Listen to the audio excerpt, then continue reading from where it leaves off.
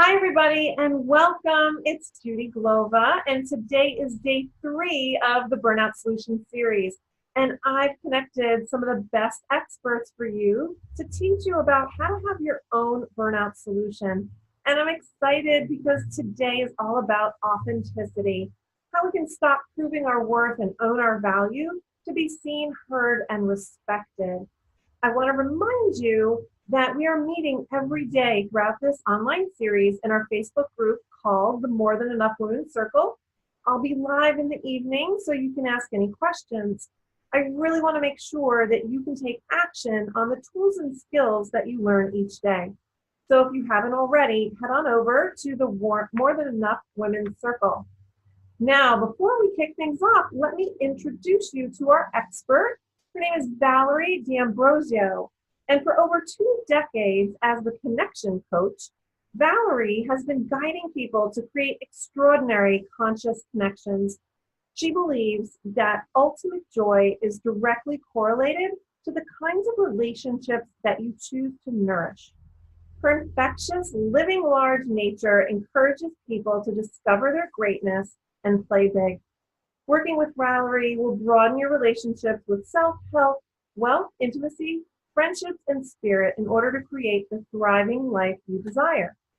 And today's focus of our topic is love with integrity, practicing acceptance towards everyone with healthy boundaries.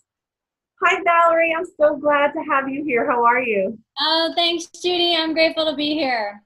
I'm wonderful. Yeah, How are you? virtually here. Well, I really love how our day's theme, authenticity, and talking about healthy boundaries just go so well together. But before we dive into some of that, let me ask you, what do you think the reason is that we have such an epidemic of burnout and overwhelm these days?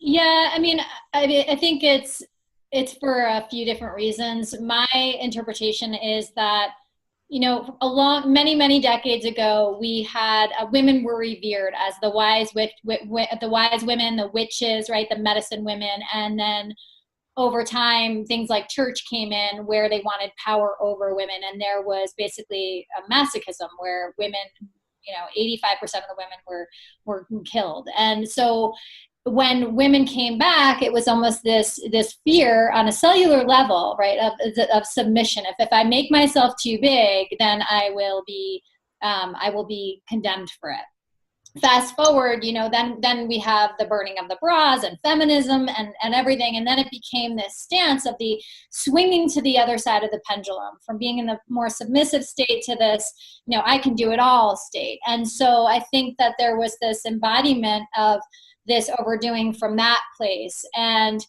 in addition to that, it's also this time we live in, honestly. We live in such a full time. We're expected to continue to keep going. We're told constantly, in addition to that, of what we need to do more of, be more of, what we're not enough of. And that's in most of societies in the world. And so I think it's just this constant pressure, seen, unseen, spoken to, or not spoken to, that's energetically around us all of the time, that we feel that we have to constantly fill and do. So that's what I see, and that's what I personally experience with my own self, for sure. Well, you just mentioned like at least 10 golden nuggets right there, but I'm gonna highlight a few of them, which is, it's like there's this evolution of the woman, right? Of the woman energetically, spiritually, how we were revered, and then more or less like, kind of tucked away. Our power wasn't necessarily honored as much. And, then it was like, we were just like, we had it, and we're like, okay, we're going to bust out of this, right? And then it swung. And it's really, we're in this time, there's like this, convergence of, our power, but the fast-paced life and more, and all those messages that are coming at us. And it's like, whoa, how do we make sense, and how do we integrate all of this, and how do we come back to center? So so no wonder why we're kind of all over the place. And you had even mentioned the constant pressure. Like there just seems to be so much constant pressure that's happening right now. And I want to highlight that for people, because some of that pressure we can be interpreting as overwhelm, stress, anxiety, because our bodies take it in. So I really want to ask a little bit more and understand about the different kinds of energy, because I know you work with the different kinds of energy. So can you explain the different kinds? Yeah, for sure. So basically, understanding energy, and the way I work is with energy, because everything is energy, right? From the clothing that I have on, from the words that I'm speaking right now to you, from the thoughts that you're thinking right now, it's all energy, and everything resonates at a certain vibrational frequency. And if we learn to break it down really simply, it helps us to navigate through life in greater awareness of how to actually use the energy for us instead of against us. So basically, there is catabolic energy, which is more below the line energy, is another way to say that. So that's heavier, dense energy. It moves slower, it's closer to the earth, it's thick, it's deep. So if you think about feelings like shame, guilt, obligation, worry, stress, all those different things, those are heavier frequencies. And then we have anabolic, above the line energy. And anabolic energy is going to move faster, it's quicker, it's lighter energy. So it's feelings like joy, peace, ease, love, grace. And then we have different languages. So catabolic language would be I need to, I have to, I should. A lot of buts, right? I'd love to do that, but. And then we have anabolic language, which would be more I want to, I choose to, I can, I will, right? And so when we start to understand these different energies, it's useful, because then we become more empowered in our lives. And oftentimes we can let we can feel certain heavy, dense energy, and once we're in that more lower catabolic, below the line state, it's easier to continue to that spiral downward. So if we're feeling heavy and anxious energy, we want to be really aware of the thoughts we're thinking, the words we're saying to ourselves, the actions we're taking, and are they moving us more toward an anabolic, higher vibration, a higher state, because like attracts like energy, right? Mm-hmm. Or are we just contributing to the lower vibration? Mm. So I have a really great question for that, because I think that it kind of triggered me back to when I was in the corporate world, right? Mm-hmm. So let's just say, whether you work in the corporate world or that's your client and you're going to visit, your clients. And in some ways there's that energy, like when you walk into some businesses, you can really feel the difference of, the culture and how people treat one another and all that kind of stuff. And I liked how you were saying, make sure that you're conscious of your thoughts and your actions, like where your energy is. Mm-hmm. So I guess that's is that what you're saying in terms of even when you're walking into different environments, be really conscious of how you're being intentional, of how you're showing up in terms of your energy to manage it, or yeah. How else can you manage those situations or those spaces? I love that you brought that up, because, if we all really do, we're feeling beings, especially women. We have the capacity to be more feeling, because our corpus callosum in our brain is actually thicker as women. So we have the right hemisphere, which is more of the creative feeling aspect of us, and the left is more of the logical kind of linear way of looking at being. So as women, we naturally have a thicker corpus callosum, which gives us the ability to experience our feeling and our thinking simultaneously, as opposed to it's different for most men, not all men, but most men. And so if we're moving through life, which a lot of us weren't taught, feeling the energies around us, and for at least for me, I turned that off. It was survival why I turned that off, and it's what I learned. I learned to only use this thing for so long. Mm-hmm. And also, being a woman, I didn't want to be overly emotional or too emotional, so I learned to zip it. And if you're in an environment which is more quote unquote masculine energy, mm-hmm. It's that more kind of rigid, strict, structured, linear energy. It is useful to understand that, because again, we most likely, especially in being women, will morph to our environment. It's a way that we actually survive as a species, if you think about it back to caveman, cavewoman. So the tendency is that because it's a survival, we morph to our environment. If the environment is very masculine and intense, and there's a competitive energy and competitive nature, it would be easy and natural to jump on that bandwagon. So being aware of that energy is useful, because I think that in that moment, it gives an opportunity to either feed the energy and become more of that, or actually let our own true essence enter into it. Now, when you're talking about an environment that's mostly masculine, especially when you have certain societies that they value the man more, it's very common, and I see this in a lot of my corporate clients, women clients, that they feel like they need to play the game in order to actually survive, which is going against their natural way of being. So it's this kind of internal struggle a little bit. And so there are ways to be able to allow your feminine essence to be revealed, in those situations, in really subtle and respectful ways, while also holding the stance of a strong leader, as well as making sure that we nurture that feminine essence when we go home at night, or before we go home at night. Because if we're just living so much in that masculine energy, there's not enough of that quote unquote balance between the two energies, and that can lead to burnout. Right, exactly. Well, that's exactly where I was going, because I think so many women that I've talked to, it's like, yeah, I understand that part of the fact is that I'm in these masculine environments, and I do morph into those, kinds of environments and the energy and whatnot. And, women can be very competitive, and we can be really powerful that way. And it's like, how do we help and support women to show up in their feminine energy and their feminine power within that structure, that they can be just as successful. They don't feel like they have to be less than, Right. Like what have you, what kinds of conversations have you had with women around that?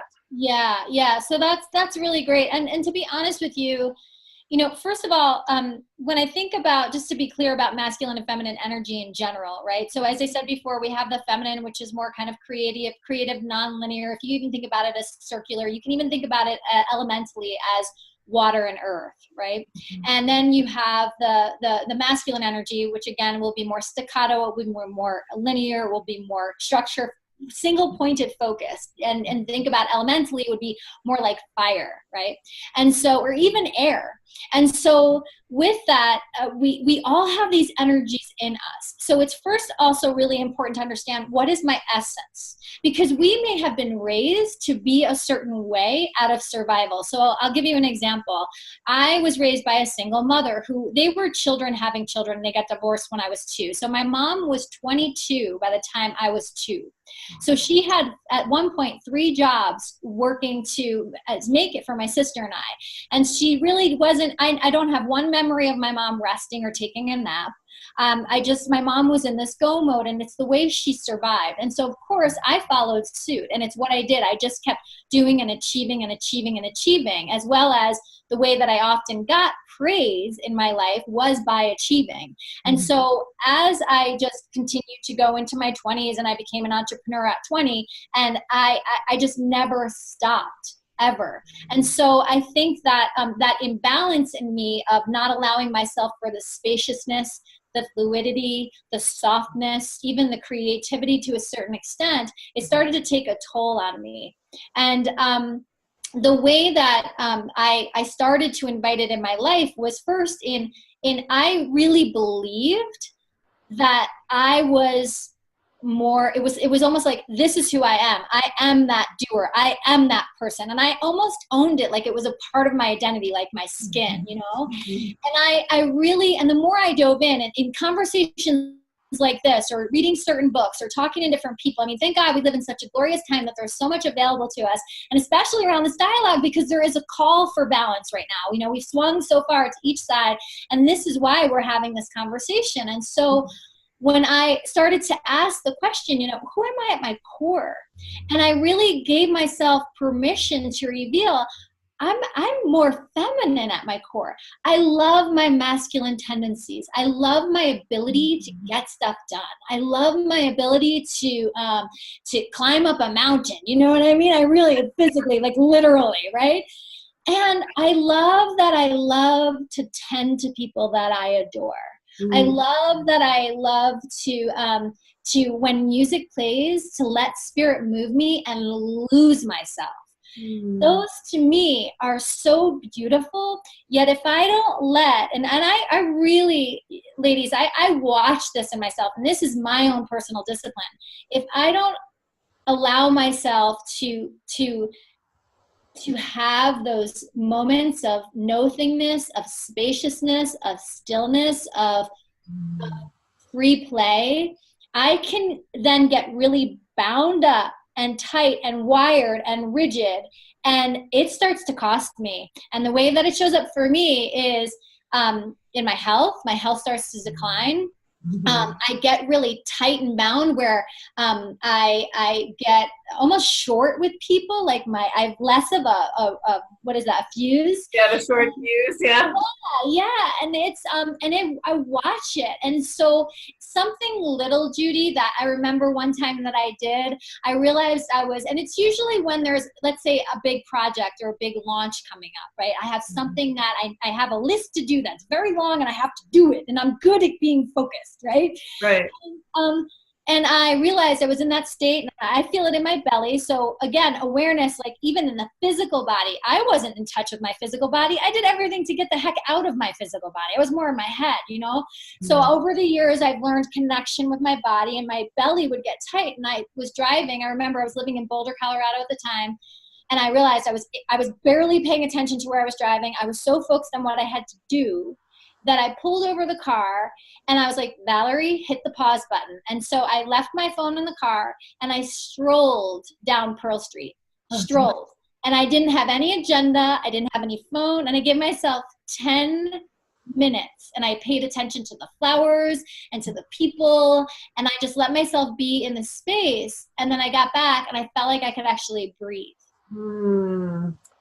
Wow. I love that story because it really does, paint the picture of our typical, process. Like we have such patterns around doing and being identified as the doer, as opposed to what you just mentioned of, being able to just be, taking that 10 minutes to just honor that little voice inside your head that said, you know what, you actually need to, you need to take a breath, or you really need to just, go from that single focus to kind of open it up a little bit.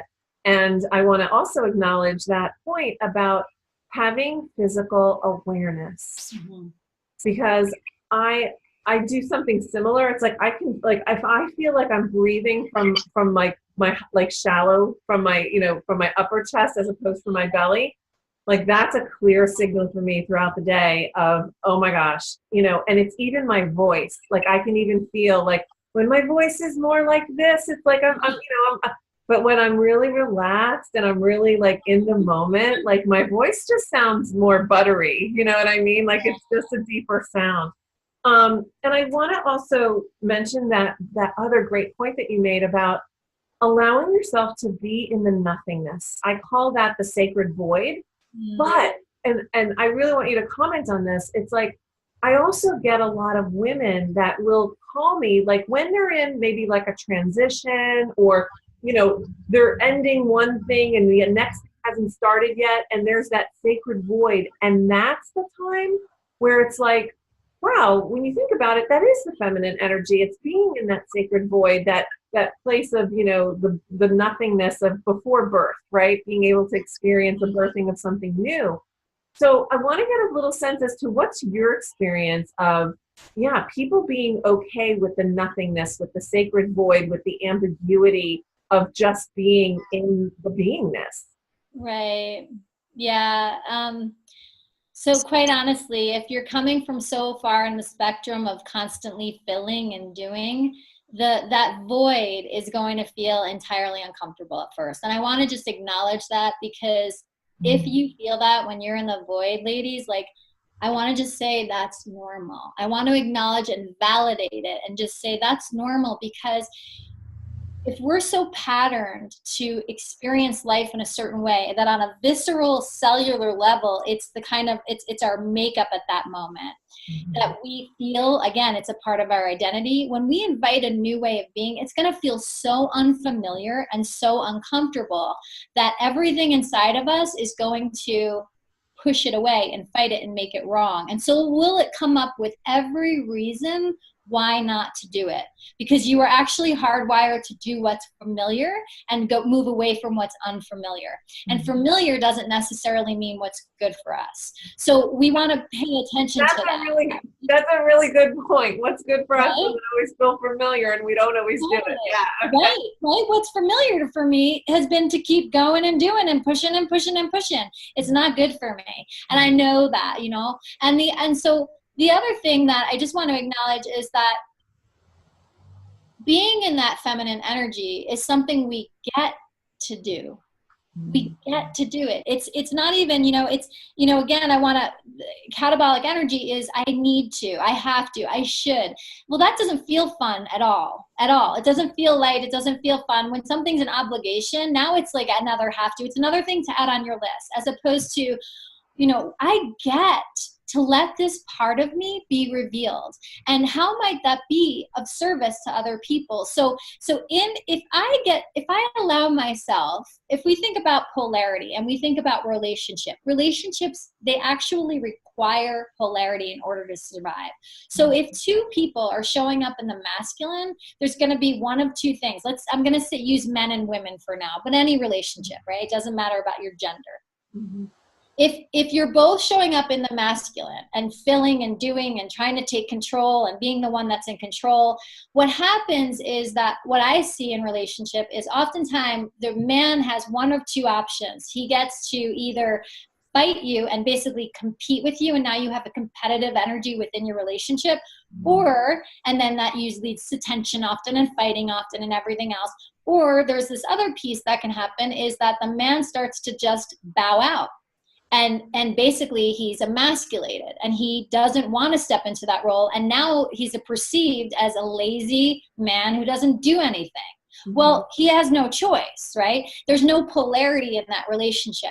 So there's an invitation for us to, the more we allow ourselves to be in that spaciousness, to be more still, and to be in that no-thingness, that sacred void, it actually contributes to those around us. It lets other people around us take space, take up space. Like they get to fill, they get to show up for us. And if you think about, you love to give, I'm sure, right? So absolutely, you love to give, right? So it's like that means other people want to give to you. Other people want to offer to you. And if we keep filling, there's no space for that to happen. So it's the permission of recognizing, first of all, it's normal to feel uncomfortable. It's different. It definitely feels weird at first. Second of all, is that here's like asking yourself some questions. What would me being in the feminine more actually, how might me being in the feminine more contribute to those people around me? How might it be of service to people around me? Because if one of your values is to serve, then right, what we want to do is we want to go, well, then how might it actually serve if I create that space more? Mm-hmm. Now, mind you, here's the thing. You've trained, and when I say you, I'm talking about you like in the big realm, right? We train people around us how to react and we basically show them the way. And so if we are constantly filling and we are constantly doing, and then we decide, I'm going to leave space, I'm going to let so-and-so step in, they're used to you doing it all. So the next thing to work through is this understanding and the stance of, hey, I want to practice this more. I want to invite this in more. It's going to be different for us. How can we work together in our partnership, in our friendship, in our whatever, to let this kind of unfold so it's more synergistic instead of you just thinking I've left you or abandoned you or whatever else. And I may have gone on a tangent, but you know what I mean? I wanted you to keep going because I was like, all right, I'm enjoying what you were saying. So The other part, though, because today is all about authenticity and we had talked about having healthy boundaries, when you are opening that space, how do you have your space and boundaries at the same time? Because they almost sound counterintuitive. It's like, wait a Yeah. minute, they're kind of going against each other. So can you talk a little bit about that? Yeah. Just, I mean, I'm sure it's just such a simple thing, but no, if you could just Right. a little bit of how do we balance that?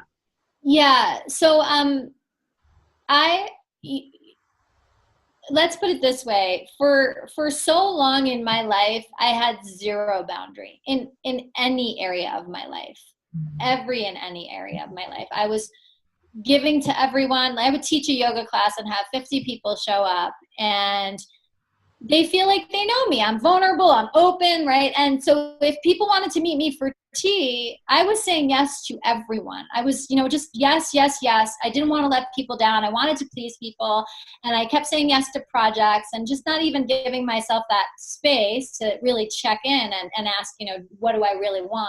And now I need you to ask me that question again, because all of a sudden my mind is like, Well, it's like how do we stay in our feminine and also have healthy boundaries, right? yeah, So, okay, thank you. like, Yes, we're wanting to step more into our feminine, and yeah, it feels like, well, then you don't have or it's like we're creating so much space. Yeah. yeah. Okay. So this is really, really good because when I started to actually know myself more, myself and these certain needs that didn't bring breath to it all, right? Because I was just overdoing, overgiving, over being, over really doing. And then I started to understand these parts of me. And I realized that as much as of an extrovert I am and somebody that loves to go out and teach and be with people and connect, simultaneously, my alone time, it fills me like none other. And I call it dinking around. My dinking around and just letting myself kind of just do what I need to do with no one watching me and no one paying attention and just there's no agenda. Those are very important for me to do. My stillness in nature is very important for me to do. And when I don't have these things that I understand and I've discovered, and it was the discovery practice that fill my spirit, is what I call it.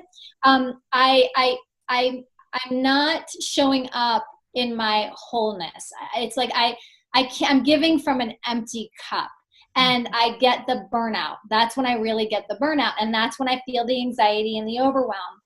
And so what really became valuable was being able to ask for what I need, to be honest about what was about about boundaries, in the sense of, hey, let's say, for example, I just officiated a ceremony this past weekend, and it was a lovely experience. That said, it was also I was I felt, as I was saying, about I wanted my own place to stay. I wanted to make sure I had access to be able to come and go as I wanted to. I wanted to make sure anything that I was attending to, like the brunch, that I had some space between going to the next thing. So I in the past, I would have felt guilt. I would have felt like I'm too much, I'm high maintenance, I'm a burden, and I wouldn't have asked for what I needed, and I would have pushed through and then really paid a price. So what I did instead was I gave a voice to what I needed. Hey, this is what I need in order to show up more fully. This is what I'm going to need. And here's what I feel about asking for what you need. Most of women were taught asking for what we need is very selfish. And I believe that for a very long time. And the way that I see it now is, and I let people know this, I'm going to pretty much always ask you for what I need. And I'm okay if the answer is no, but here's the thing, I'm still going to ask. And I'm fascinated how a lot of people actually take that in the wrong way, but that's their stuff. That's their stuff. And Right. so it really just, it's going, okay, what do I need? How can I ask for it in an eloquent way, not in like, you better give this to me, or even a passive aggressive way, like, it's fine if I don't get this, whatever. But it's more so like, hey, I just want you to know this is what's going to help me show up in the best version of myself. Mm-hmm. And so it's really, really vital to do those things, because if we don't, we are often giving from an empty cup. Right. And I think what you just said was, that final point really nailed it, was that we have to be able to ask for our needs to show up as our best selves. So if we think about how well we can create space, it's like, wow, if you really want me to show up and be this powerful woman, there's certain things that I need in order to make that happen. So if we think of boundaries in that way, it's, we're asking for, we're requesting. Like you said, you can ask, you can request. It's not an expectation. It's not an entitlement. And if people take it that way, I think that is where we take it personally. And that's also an opportunity for us as women to maybe not take on other people's energy at that point, because that is also, I think, another boundary of how we have our energy and how we don't take on other people's energy. We said that, I loved how you pointed out before, we can go into most environments and morph, right? We have the ability, right? We can do it. But wow, how important it is for us to also have in my experience, to have the boundary of knowing what our edges are, what our boundaries are, so that we're not feeling that we're, again, absorbing too much of it, and being able to show up as our best selves. Right. And what's awesome, Judi, actually, this conversation just happened. A friend of mine, I call it a lifeline when I do these with my clients, but I have a few friends too. It's like, hey, I need a lifeline. Like, I need 10 minutes to talk to you to process this right now, And she's having a big 50th birthday party, and she created this whole big weekend, and it's super exciting for her. And she just recently moved to a new town. She doesn't have a lot of connections, and it's a significant drive. It's a solid 5-hour drive for people. So it's a big weekend. It's 3 days, And so, and she rented a house for everybody to stay in. And there's someone that is unable to, she basically is worried about the sleeping situation, because she's sensitive to environment. She's sensitive to sleep with certain health things happening. So she wanted to get a hotel room, and it ended up that another woman got a hotel room with her. So my friend called me freaking out, like, I'm so bummed out. I wanted everybody to stay together. I have this vision, and now they're staying someplace else. Are they really going to show up for brunch when we have brunch, or are they just going to kind of do their own thing? This is not what I had in mind.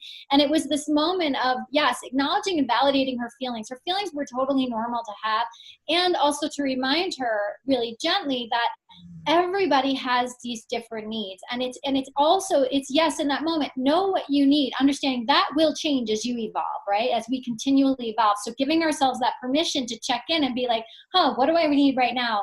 Letting others know. And then in that moment, not taking it personally. It wasn't about her. It wasn't about them not wanting to be there. It was about them needing to tend to them so that they could show up and be their best selves.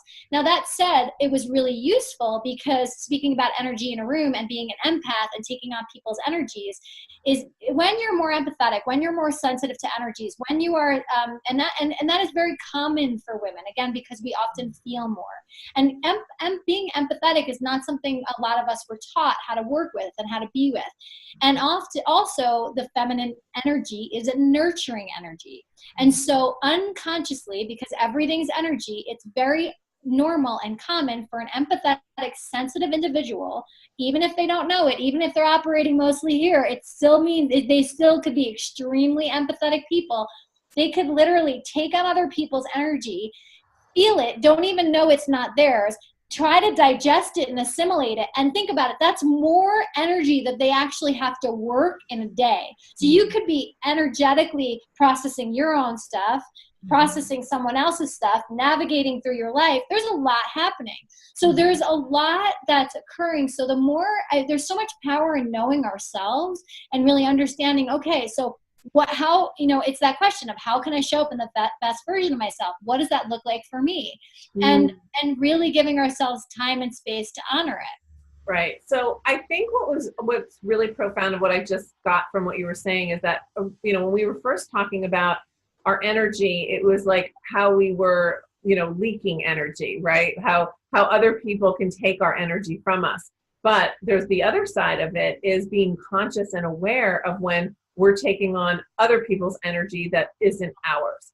So both of those situations can cause burnout, overwhelm, that Right. kind of thing. And it's the extreme of both. So it's like, so the beautiful middle, or the golden mean, right, is being able to ask for what we need so we can show up as our best selves, Mhm. and be really good about that. Like, be really clear about what it is that we need. So I love your examples. I love your stories, because I think they're Yeah. so valuable, and they're so applicable, that's the word, applicable, to so many of our lives, because it really does happen so much in business, and especially for entrepreneurs, because also as entrepreneurs, we can just take on so much and say yes, yes, yes for clients, because we want them to like us and buy more from us and work with us more, and build those relationships. Mhm. So I just want to ask you, so if there was just one thing that you wanted our business women to walk away with, if they remembered just that one thing, what would it be? I know we I love that so much. question. I love that question. And I mean, and that's, I think that self-criticism is a rampant thing that a lot of us experience, especially if we are high achievers in life. And oftentimes, if we were to really be honest with ourselves and check in with that internal critic, it would most likely be pretty below the line catabolic negative. And the greatest gift that we can give ourselves is self-praise. And that again will feel extremely uncomfortable if you're most familiar with self-criticism. But this is important to understand: our minds will believe whatever we tell them. So if we look in the mirror and we tell ourselves, "You're ugly," or "Oh, I look so gross today," or "I'm so fat," or anything like that, your mind will then reflect the rest of your day, or that moment, or from that moment on, with that belief. It Mm-hmm. just instilled it. So instead, it's you know what, I'm a good person. I'm proud of myself. Today, I really allowed myself to give a voice to something. Today I was so proud of myself, the way that I stood up, and I gave that speech with so much courage. And so I think that taking really first becoming aware of what is that internal dialogue. A great way to check in is, what are the first few thoughts I have when I wake up in the morning? What do I say when I look in the mirror? And Right. that will give you an idea about what's happening. And then what would it take to shift those? And what words would be more kind, compassionate, above the line, right? And remembering, your mind it believes whatever you tell it. So why not feed it yummy, juicy, lovely stuff? And people will actually respond to the way you're treating yourself. Right. And I love also that image of, if we're waking up and we're below the line, like, how can we choose to actually shift and be in the above the line Right, space? It's like, wow, why would we choose to be in that heavy stuff when we can right. actually choose to be in that lighter energy? And what I'm hearing you say too is that it is a choice. It is something that we can work on. And even if it doesn't feel familiar at first, just knowing that we have the choice to be Right. able to do that, it really gives us just such power and awareness about how awesome we are, and how we can shift into that. So Yeah, Judi, one thing you just said, as human beings, there are two things that we have just innately: awareness and choice. Always, those things are not taken away from us, yet those are often muscles that it's important to build. We always have choice. We even have choice of whether or not to take something on. Let's say somebody rejects us, or somebody calls us something, or somebody does whatever.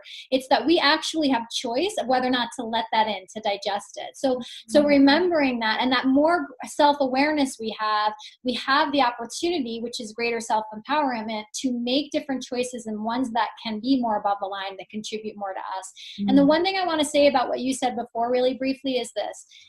For those of you ladies who feel that, setting boundaries or taking a stand for yourself or saying no or saying, I need this, that might feel, like I said, really uncomfortable.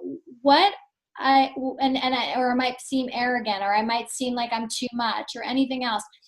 What matters more than anything is the intention behind with which you're doing or saying anything, the energy behind. If you're saying it from a place of like, I have to do this or else they're going to disrespect me. I have to do this or else they're going to have power over me.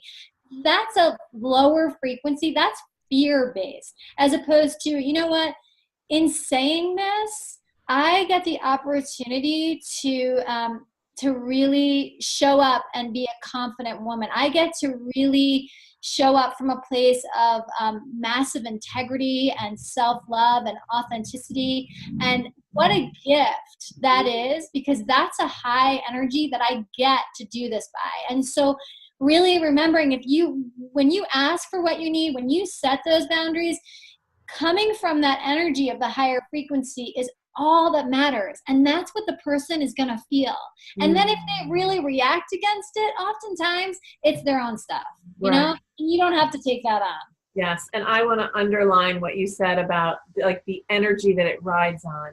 Like if your request or what you're asking for or that boundary rides on the energy of self-love and appreciation and collaboration and cooperation, it's like, that's on you, and how they take it is that's on them. Exactly.